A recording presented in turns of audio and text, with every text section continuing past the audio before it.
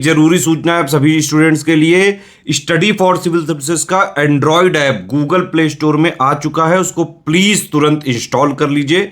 और अगर आप स्टडी फॉर सिविल सर्विसेज के सिर्फ ऐप से कोई भी कोर्स, कोई भी पीडीएफ परचेस करते हैं तो उसमें अप्लाई कूपन, अगर आप ज्ञान सर जो है आप उसमें अप्लाई करते हैं, ये कूपन कोड है, तो उसमें 20% फीस तुरंत माफ हो जाएगी। मतलब 20% डिस्काउंट तुरंत उसमें लग जाएगा। ज्ञान सर लिखना है, नॉर्मली ज्ञान सर, स्मॉल लेटर में है सब कुछ, कोई स्पेस नहीं, कोई कॉलम नहीं, सिर्फ ज्ञान सर, GYANSIR। इस तरह से अगर कूपन कोड लगाते हैं आप ऐप में बाई करने से पहले, जो अप्लाई कूपन वाले में आता है, तो 20% का डिस्काउंट तुरंत मिलेगा। वीडियो देखिए। नमस्कार दोस्तों, स्वागत है आपका यूपीपीएससी बेस्ट ऑनलाइन कोचिंग के इस यूट्यूब चैनल पर। दोस्तों, आज की इस वीडियो में हम लोग प्राचीन भारत के इतिहास के इस सीरीज में एक क्लास को और आगे बढ़ाएंगे, जिसमें कि भारत पर विदेशी आक्रमण की चर्चा करेंगे। देखिए दोस्तों, जब हम मध्यकालीन भारत का इतिहास पढ़ते हैं या आधुनिक भारत का इतिहास पढ़ते हैं तो विदेशी आक्रांताओं से भरा हुआ है। इसके अतिरिक्त प्राचीन भारत के इतिहास में भी कुछ विदेशी आक्रांताओं का विवरण देखने के लिए मिलता है, तो हम उन्हीं की चर्चा करेंगे इस वीडियो में। यह क्लास सभी प्रकार के स्टेट पीसीएस एग्जाम और वनडे एग्जाम के लिए अत्यंत महत्वपूर्ण है। आप किसी भी गवर्नमेंट एग्जाम की प्रिपरेशन कर रहे हैं, वीडियो को पूरा अंत तक देखिएगा, क्लास आपके लिए ज़रूर फायदेमंद साबित होगी। इसके अतिरिक्त अगर आप पीसीएस के कंप्लीट प्रिपरेशन के लिए टीम के पेड कोर्सेज से जुड़ना चाहते हैं तो इन दिए गए नंबर पे कॉल या व्हाट्सएप करके आप टीम के पेड कोर्स से जुड़ने की प्रक्रिया समझ सकते हैं। इसके अतिरिक्त प्ले स्टोर से स्टडी फॉर सिविल सर्विसेज का एप्लीकेशन इंस्टॉल करना ना भूलिएगा। एप्लीकेशन के माध्यम से किसी भी कोर्स को परचेज करते समय अगर कोड अप्लाई करते हैं ज्ञान सर, जिसमें कि सभी लेटर्स इस्तेमाल होंगे और कोई भी स्पेस नहीं होगा, तो आपको अप टू 50% तक डिस्काउंट देखने के लिए मिल सकता है। ये ऑफर लिमिटेड टाइम के लिए, तो जल्द से जल्द आप जिस भी कोर्स को परचेज करना चाहते हैं उसे परचेज कीजिए ताकि ऑफर का लाभ प्राप्त कर सकें। चलिए दोस्तों, बढ़ते हैं अब आगे अपने क्लास की ओर। तो देखिए यहाँ पर दिया है, सबसे पहला जो विदेशी आक्रमण हुआ है ये पारसी मतलब जो वर्तमान में ईरान है, ईरानी आक्रमण हुआ है। भारत का प्रथम विदेशी आक्रमण ईरान के हखामनी वंश के राजाओं ने किया था। हखामनी वंश की जो स्थापना है ये साइरस द्वितीय ने किया था, जिसे कि कुरुस नाम भी दिया जाता है। तो भारत पे सबसे पहले विदेशी आक्रमण किसने किया है? ईरान ने किया है, जो उस समय पारस के नाम से जाना जाता था। और वंश कौन सा है? हखामनी। और हखामनी वंश का संस्थापक कौन है? साइरस द्वितीय, जिसे कि कुरुस भी नाम दिया जाता है। ईरान के राजा कुरुश के उत्तराधिकारी डेरियस प्रथम, जिसे कि दारा प्रथम के नाम से भी जाना जाता है, ने 516 ईसा पूर्व में कंबोज, पश्चिमी गंधार, सिंधु क्षेत्र पर विजय प्राप्त की और वहां पर कब्जा कर लिया था। अब देखिए, जब ईरानी यहाँ पर हमला करते हैं तो उससे प्रभाव क्या होता है?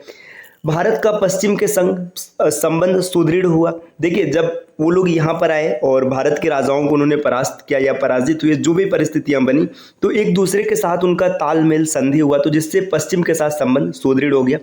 विदेशी व्यापार को भी बल मिला। यहाँ से खरोष्ट लिपि का विकास हुआ। देखिए, खरोष्ट लिपि जो है ये दाएं से बाईं ओर लिखा जाता है। ये अरमाइक लिपि के सहयोग से विकसित हुआ है। अरमाइक लिपि ईरान की लिपि है। भारतीय जल एवं स्थल संपर्क साधनों का विकास हुआ। और आगे बढ़ते देखिए, यहाँ पर यही खरोष्टी लिपि के बारे में विस्तार से दिया। यह पारसी संपर्क से भारतीय पश्चिमोत्तर प्रदेशों में जन्मी एक लिपि थी। इसका जन्म ईरान की अरमेइक लिपि से हुआ है। यह दाएं से बाएं लिखी जाती थी, जिसका वर्णन हम लोगों ने पीछे कर रखा है। अब यहाँ पर दिया यूनानी आक्रमण। देखिए, पारसी आक्रमण के बाद यूनानी आक्रमण, जिसे मकदूनियाई आक्रमण के नाम से भी जाना जाता है। तो मकदूनियाई आक्रमण में जो सबसे प्रमुख आक्रमण था ये सिकंदर के द्वारा किया गया आक्रमण होता है। ईरानी आक्रमण के बाद मकदूनियाई, जिसे कि मेसिडोनिया भी कहते हैं, है ना, निवासी सिकंदर का आक्रमण भारत पर हुआ था। सिकंदर मेसोडोनिया के छत्रप का मतलब होता है स्थानीय शासक, फिलिप द्वितीय का पुत्र था। देखिए, सिकंदर के पिता का नाम है फिलिप द्वितीय। अगर कभी माता का नाम पूछ ले कि सिकंदर के माता का क्या नाम था, तो नाम याद रखिएगा ओलंपियस, है ना। इनके माता का नाम था ओलंपियस। तो सिकंदर के पिता का नाम था फिलिप द्वितीय और माता का नाम था ओलंपियस का पुत्र था। सिकंदर ने भारत पर 326 ईसा पूर्व में आक्रमण किया था। मतलब जैसे देखिए, अभी वर्तमान में 2024 चल रहा है, तो 2024 तो ये जाएगा ही जाएगा, है ना। इसके बाद इसमें 326 आप और ऐड करेंगे, तो यहाँ पे आप जब 326 ऐड करेंगे तो लगभग 2350 वर्ष पूर्व सिकंदर ने आक्रमण किया था। अब देखिए यहाँ पर क्या दिया, सिकंदर का भारत विजय अभियान। सिकंदर ने खैबर दर्रे से भारत में प्रवेश किया। तो देखिए खैबर दर्रा, ये दर्रा वर्तमान के पाकिस्तान में, जब सिकंदर ने भारत पर आक्रमण किया था तो भारत और पाकिस्तान एक ही हुआ करता था। ये तो 1947 में बंटवारा होता है और भारत और पाकिस्तान अलग हो जाते हैं। तो वर्तमान में आपको याद रखना है जो खैबर दर्रा है ये पाकिस्तान का एक प्रांत है, पख्तूनख्वा प्रांत, पख्तूनख्वा है ना। इस प्रांत में खैबर दर्रा स्थित है। ये एक पर्वतीय दर्रा है जो अफगानिस्तान के नांगरहार के साथ सीमा साझा करता है। तो कुछ बिंदु याद रखिएगा खैबर दर्रे के बारे में, ये विश्व भूगोल के दृष्टि से महत्वपूर्ण हो जाता है। ये पाकिस्तान के पख्तूनख्वा प्रांत का पर्वतीय दर्रा है जो कि अफगानिस्तान के नांगरहार के साथ सीमा साझा करता है। अब सिकंदर से पहले देखिए, सिकंदर ने सबसे पहले असुजित, निसा, अश्वक जनजातियों को हराया। तक्षशिला के शासक आम्भी ने आत्मसमर्पण कर दिया था। तो आम्भी तक्षशिला का शासक था, इसने सिकंदर के सामने आत्मसमर्पण कर दिया। सिकंदर से जा मिला और सहयोग का आश्वासन भी इसने दिया। आम्भी के बाद एक और शासक शशिगुप्त ने सिकंदर के सामने आत्मसमर्पण कर दिया था। अब देखिए यहाँ पर दिया पौरुष का युद्ध, जिसे कि बितस्ता का युद्ध भी कहा जाता है ना, इसे झेलम का युद्ध भी कहा जाता है, कर्री का युद्ध, इसी को हाइडेस्पीस का युद्ध के नाम से भी जाना जाता है ना। अब यहाँ पर देखिए ये बड़ा फेमस युद्ध है, इसमें आपने जरूर छोटी कक्षाओं में कहानियां सुनी होगी कि राजा सिकंदर और पुरुष का युद्ध होता है। उसमें पुरुष तो जो राजा पुरु होता है वो परास्त हो जाता है। तब सिकंदर उसे बंदी बनाता है और पूछता है कि तुम्हारे साथ क्या व्यवहार किया जाए। तो पुरु ने बहुत ही वीरता के साथ जवाब दिया कि एक राजा जो दूसरे राजा के साथ व्यवहार करता है वही व्यवहार किया जाए, और इस पर सिकंदर प्रसन्न हो जाता है और उससे मित्रता कर लेते हैं। तो यही युद्ध है यहाँ पर जिक्र किया जा रहा है, यह युद्ध पुरु जिसे कि पौरुष कहा जाता था तथा सिकंदर के मध्य झेलम एवं चिनाब नदी के बीच में लड़ा गया था। इसमें पुरु की हार होती है। पुरु की वीरता से प्रसन्न होकर सिकंदर ने पुरु का राज्य वापस लौटा दिया और पुरु से मित्रता कर ली। पुरु के बाद सिकंदर और आगे बढ़ा, परंतु सिकंदर की सेना ब्यास नदी पार करने से मना कर देती है। अब देखिए सिकंदर की सेना आगे क्यों नहीं बढ़ना चाहती है, इसका एक कारण यहाँ पर दिया है। उसकी सेना थक चुकी थी और बीमारी से भी ग्रसित थी। भारतीय शौर्य की जानकारी उन्हें मिल चुकी थी, मतलब उन्हें पता चल चुका था कि भारत में जैसे जैसे आगे बढ़ेंगे समस्याएं बढ़ती चली जाएगी। नंद के शासक घनानंद की विशाल सेना की जानकारी मिल गई थी उन्हें, है ना। देखिए घनानंद नंद वंश का अंतिम शासक था जिसे चंद्रगुप्त मौर्य परास्त करके मौर्य वंश की स्थापना करते हैं। स्वदेश से बाहर 10 माह बिताने के बाद सैनिक घर वापस जाना चाहते थे। मतलब ये जो विश्व विजय का मिशन लेकर निकले थे 10 माह से अधिक हो चुके थे, तो इनके सैनिक वापस जाना चाहते थे। सेना के इनकार के बाद सिकंदर ने दुखी मन से कहा, मैं उन दिलों में उत्साह भरना चाहता हूं जो निष्ठावान एवं कायरतापूर्ण डर से दबे हुए हैं। इस घटना के बाद सिकंदर विजित भारतीय प्रदेशों को अपने सेनापति फिलिप को सौंपकर वापस चला जाता है। मतलब देखिए जब सेना ब्यास नदी पार करने से मना कर देती है तो सिकंदर क्या करता है, जितने क्षेत्रों को उसने जीता हुआ था उसका सेनापति होता है फिलिप, इसे देता है और यहाँ से वापस चला जाता है। अब देखिए यहाँ पर दिया सिकंदर के बारे में कुछ प्रमुख तथ्य दिए। तो याद रखिएगा सिकंदर मकदूनिया का शासक था, यह फिलिप द्वितीय का पुत्र था। इसके माता का नाम हम लोगों ने पीछे देख रखा है ओलंपियस, है ना। अच्छा ये चीज भी यहाँ से याद रखिएगा, सिकंदर ने 3 शादियां की थी, मतलब इनकी 3 पत्नियां थी।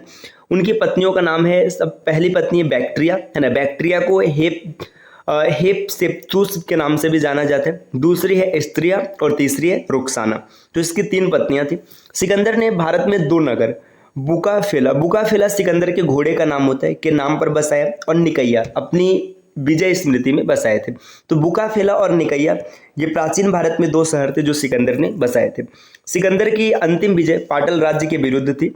इसका जन्म मकदूनिया में होता है जो कि यूरोप में है, मृत्यु बेबीलोन में होती है जो कि एशिया में है, और इसका अंतिम संस्कार अलेक्जेंड्रिया में होता है जो कि अफ्रीका में। देखिए जन्म यूरोप में, मृत्यु बेबीलोन में मतलब एशिया में, और अंतिम संस्कार अफ्रीका में। सिकंदर इकलौता ऐसा महापुरुष है जिसकी जन्म, मृत्यु और अंतिम संस्कार तीनों अलग अलग देश में हुए हैं। यही तथ्य यहाँ पर दिया गया है। आगे बढ़ते हैं, यहाँ पर दिया सिकंदर के प्रमुख सैन्य अधिकारी। तो यहाँ पर देखते हैं कौन कौन है। निरयाकस सिकंदर का सैन्य अधिकारी है। निरयाकस सिकंदर का सहपाठी था और उसका जल सेना अध्यक्ष था। आगे दिया टॉलमी, यह लागूस का पुत्र था। टॉलमी बाद में मिस्र का शासक बनाए। लियानेट्रस, यह सिकंदर का सबसे विश्वासी अंग रक्षक था। और आगे यहाँ पर दिया दोस्तों देखिए एब्रियस के बारे में है। इसे अपनी विशिष्ट सेवाओं के कारण दुगना वेतन दिया जाता था। प्लूकेस्टास मल्ल किले पर आक्रमण के दौरान इसने ही उसे पवित्र ढाल को अपने हाथ में रखा था जिसे सिकंदर ने ट्राय के इथना मंदिर से प्राप्त किया था। इस ढाल को सिकंदर सदैव अपने पास रखता था। हेपेस्तियान एवं पेरिडियस सिकंदर के सेनापति थे। अब देखिए यहाँ पर दिया है कि असफलता के कारण क्या है कि भारत में सिकंदर हार जाते हैं। उस समय भारत में केंद्रीय सत्ता नहीं थी, सॉरी सिकंदर की सफलता के कारण की बात हो रही है दोस्तों, माफ कीजिएगा मैंने असफलता बोला। तो उस समय भारत में कोई केंद्रीय सत्ता नहीं थी। केंद्रीय सत्ता का मतलब भारत कई छोटे छोटे राजाओं के टुकड़ियों में टूटा हुआ था और सब एक दूसरे का विरोध करते थे। इसका फायदा सिकंदर को मिला था।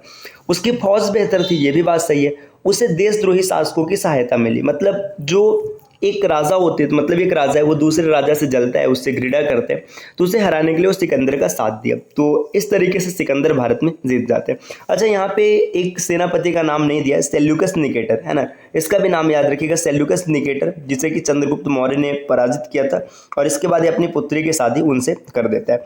तो दोस्तों ये भारत में हुए विदेशी आक्रमण रहे, पारसी और यूनानी, ये दो आक्रमण के बारे में हम लोगों ने चर्चा किया। यूनानी कहने का मतलब है मकदोनियाई है ना, जो सिकंदर ने किया था। तो क्लास आपको कैसी लगी कमेंट करके ज़रूर बताइएगा।